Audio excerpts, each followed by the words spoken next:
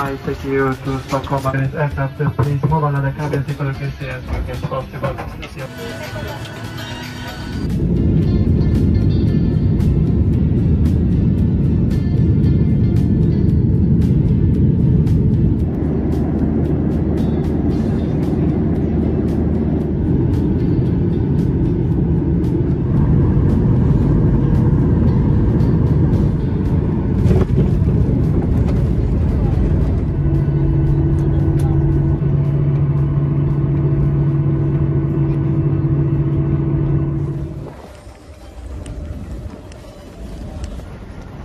Čia, žinai, kilometrą tikrai reikia eiti. Gal daugiau.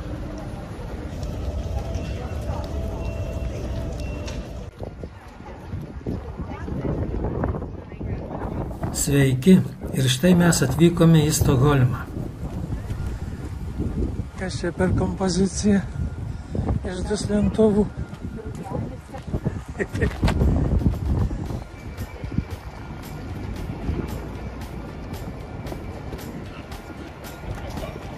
Paskutinį kartą Stokholme lankiausi daugiau nei prieš pusmetį, o Genutė čia buvo maždaug prieš mėnesį.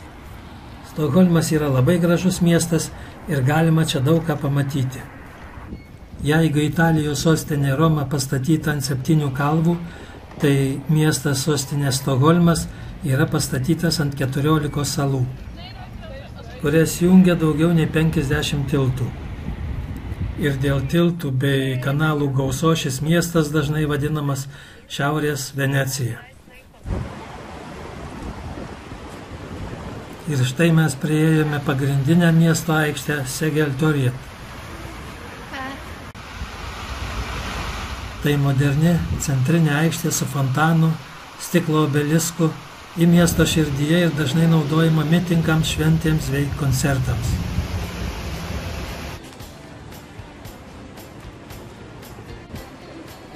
O pačioje dar yra kitas požeminis miestelis su parduotuvėmis ir prekybos centrais.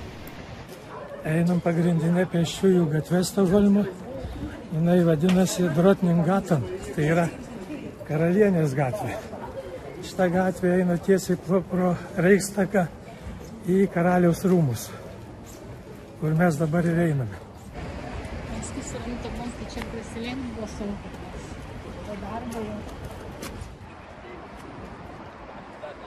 Štai čia yra Švedijos Seimo Riksdagas pastatas.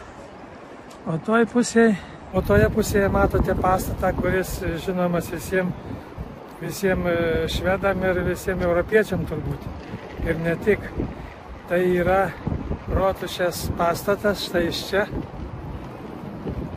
kuriame yra įteikinėjimas Nobelio premijos.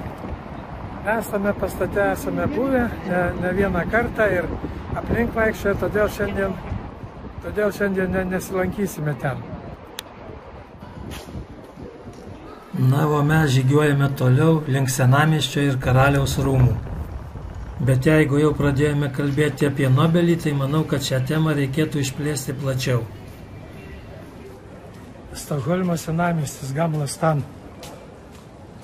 Taigi Alfredas Nobelis buvo mokslininkas chemikas, kuris 1867 metais išrado dinamitą.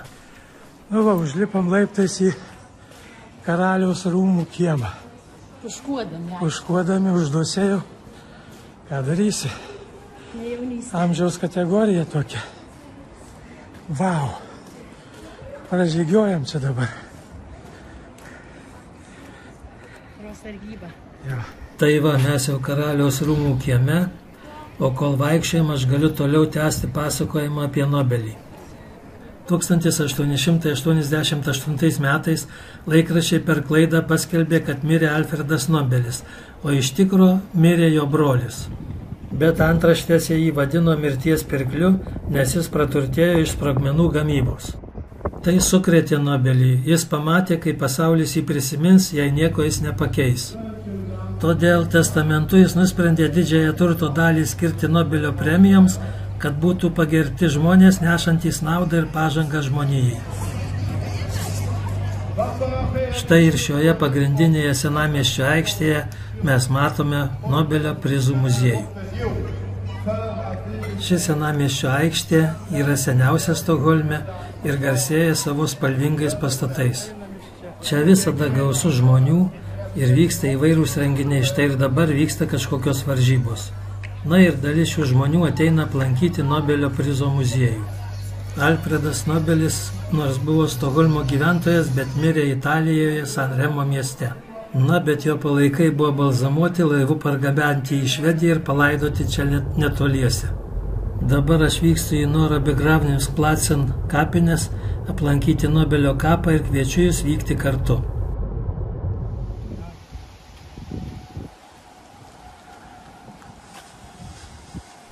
Štai mes ir atvykome į šiaurinės Stokholmo kapines, dar švediškai vadinamas Norra begravningsplatsen. Mes įėjome ne pro pagrindinius kapinių vartus, o įėjome pro vartus prie Solnos bažnyčios. Švediškai bažnyčia vadinama Solna Širka. Ši Solnos akmeninė bažnyčia yra labai sena, ji pastatyta XII amžiuje. Iš pradžių ji buvo katalikų bažnyčia, kaip ir visos senosios Švedijos bažnyčios iki reformacijos, tačiau po XVI amžiaus reformacijos ji tapo liuteronų parapijos bažnyčia, o šiandien ji yra protestantiška ir priklauso Švedijos bažnyčiai Svenska Kyrkan.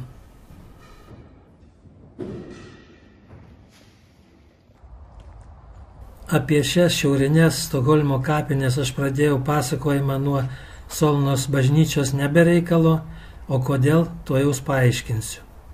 Solnos bažnyčia buvo pastatyta XII amžiuje, o tuomet ir dabar kartais buvo laidojami žmonės bažnyčios šventoriuje. Todėl gali būti, kad kapinių pradžia ir buvo tuomet XII amžiuje. Bet oficialiai šios kapinės atidarytos 1827 metais birželio 9 dieną.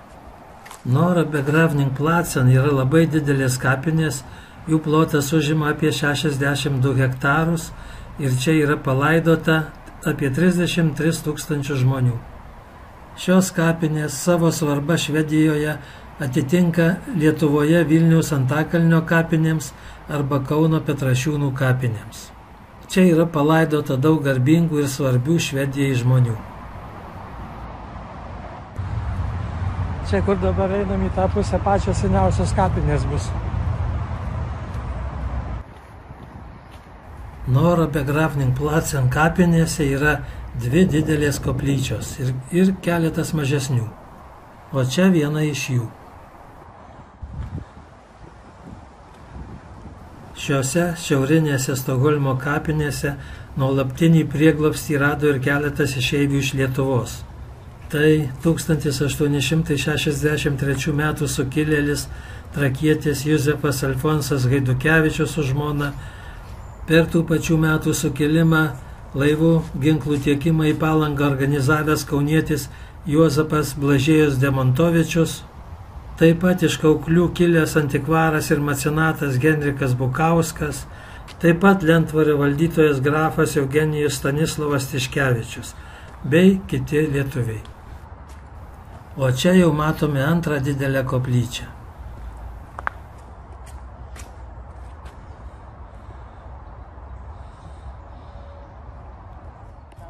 Labai įdomu vaikščioti po šitas senas kapines, žiūrėti senus paminklus ir įdomiausia yra skaityti užrašus. Panaršius internete galima rasti apie tuos žmonės, kurie čia palaidoti. Metai 1834. Šiuose kapinėse pirmiausiai atsirado katalikų ir judaistų kapai. Vėliau, laikui bėgant, atsirado ir liuteronų ir protestantų kapai. O šiaip čia yra laidojami įvairių tikybų žmonės ir įvairių šalių piliečiai, nes Stokholmas istoriškai buvo ir yra tarptautinis ir daugianacionalinis miestas. Lietuvoje kartais rašoma ant paminklo, ko buvo velionis. Pavyzdžiui, kunigas toks ir toks, gydytojas toks ir toks bet daugiau kažkokių profesijų nematydavo užrašyta ant paminklų. O šiuose Begravnikplatsen kapinėse tokių užrašų yra apstu. Pavyzdžiui, čia palaidotas August Blanche, Švedijos Riksdago arba lietuviškai Seimo narys, publicistas, rašytojas. Čia yra generalinio konsulo Alekso Johansono šeimos koplyčia. Čia ilsisi purškalų fabrikanto palaikai. O čia palaidotas statybų meistras Karlas Tumbergas.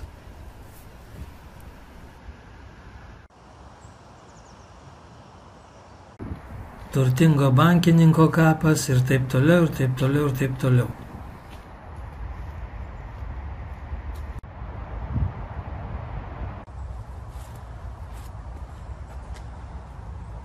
Na, bet nepamirškime, ko mes čia atvykome. O atvykome mes čia aplankyti Alfredo Nobelio kapą. Ir štai priėjome Alfredo Nobelio alėją.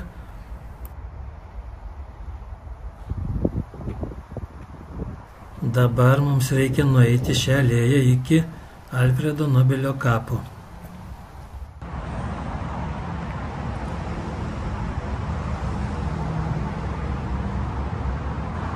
Štai ir Alfredo Nobelio kapas.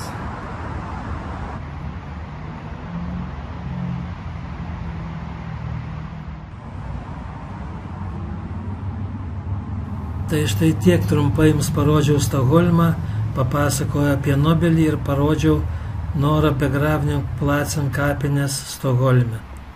Kitą kartą, kai lankysime Stokholme, pabandysime parodyti ką nors naujo.